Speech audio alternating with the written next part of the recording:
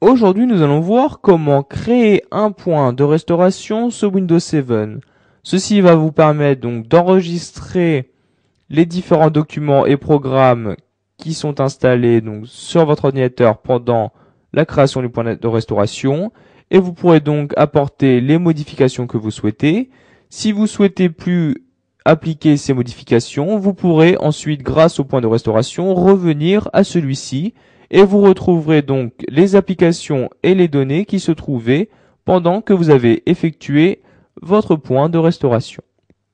Donc pour créer un point de restauration, vous vous rendez donc dans le panneau de configuration et vous allez dans Système et Sécurité, puis vous cliquez sur Système.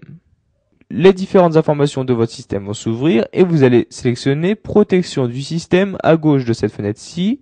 Donc maintenant, vous pourrez fermer le panneau de configuration et nous allons placer donc cette fenêtre au centre de l'écran.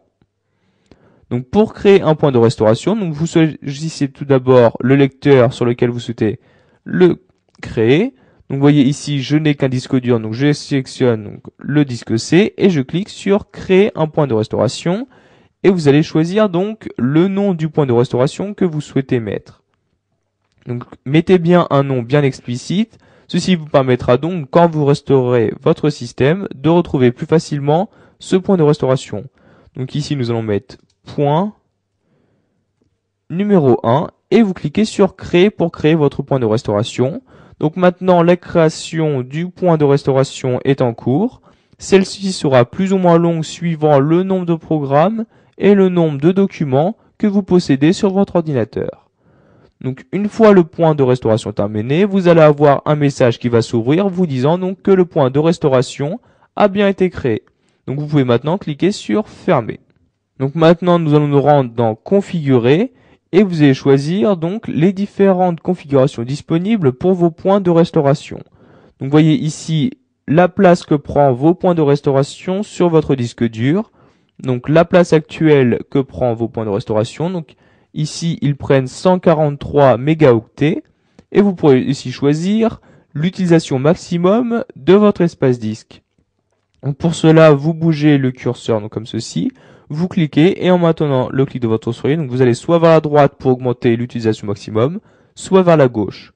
Donc je vous conseille de le mettre environ à 5%, donc ce qui correspond ici à 2 gigaoctets. Donc en effet, si vous laissez trop de place pour vos points de restauration, vous aurez bien évidemment plus de choix donc quand vous restaurerez votre système, mais ceux-ci peuvent prendre énormément de place sur votre disque dur. Donc c'est pourquoi je vous recommande de mettre environ 5% l'utilisation maximum de vos points de restauration.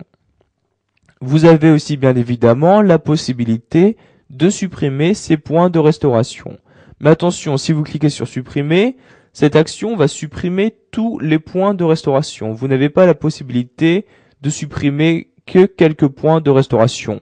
Soit vous ne les supprimez pas, soit vous supprimez tous les points de restauration disponibles. Donc, pour les supprimer, vous cliquez sur supprimer. Donc, vous allez à une fenêtre vous demandant si vous êtes vraiment sûr de vouloir les supprimer. En effet, une fois que vous les aurez supprimés, vous n'aurez plus aucun moyen de les récupérer. Donc pour les supprimer, vous cliquez sur Continuer. Et vous voyez ici, la suppression est terminée et elle s'est correctement déroulée. Donc vous pouvez cliquer sur Fermer. Et comme vous pouvez le voir maintenant, l'utilisation actuelle est descendue à 0 octet. Donc je vais maintenant pouvoir fermer cette fenêtre ainsi que celle-ci. Voilà, vous savez maintenant comment créer mais aussi supprimer un point de restauration sous Windows 7. Pour cela, vous n'avez juste qu'à rentrer le nom de votre point de restauration et c'est Windows 7 qui va se charger donc d'ajouter dans celui-ci les différents programmes et documents qui se trouvent au moment donc de la création du point de restauration.